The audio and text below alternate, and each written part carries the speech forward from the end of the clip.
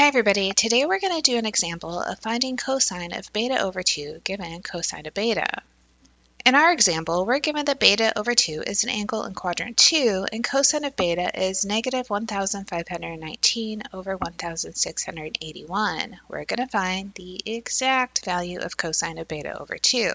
The first thing I want to do is pull in my half angle formula. It says cosine of beta over 2 is plus or minus the square root of 1 plus the cosine of beta over 2. This does not mean that there are two answers. Instead, this means we need to decide what sign goes with cosine of beta over 2.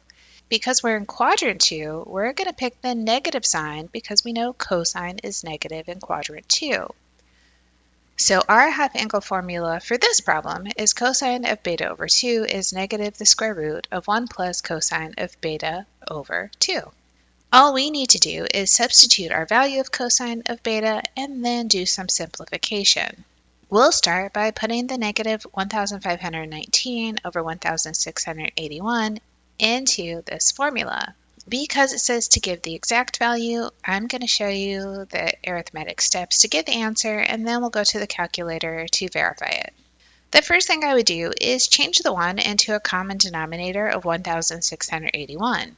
That looks like 1681 over 1681. Now that I have a common denominator, I can combine the numerators.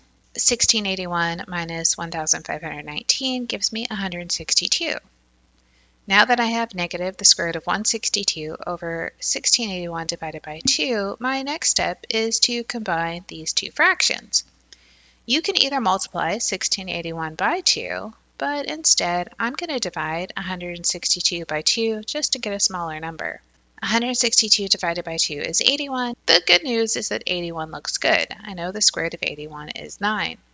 We can also put 1681 in our calculator, take the square root to find out that's equal to 41. So my simplified version is negative 9 over 41. This is my final and exact value. But let's say we wanted to do this a little bit quicker using a calculator.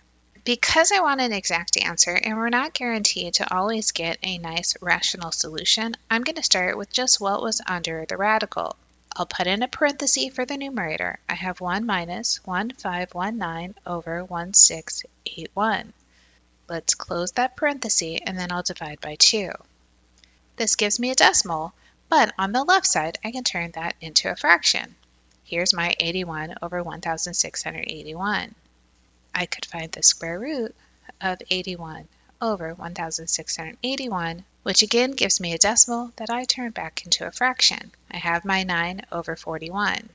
If you want to make sure you have the right sign, then put the negative in front of it and you'll see the negative in the answer. You can decide how you want to simplify the question, step by step, or just go into the calculator.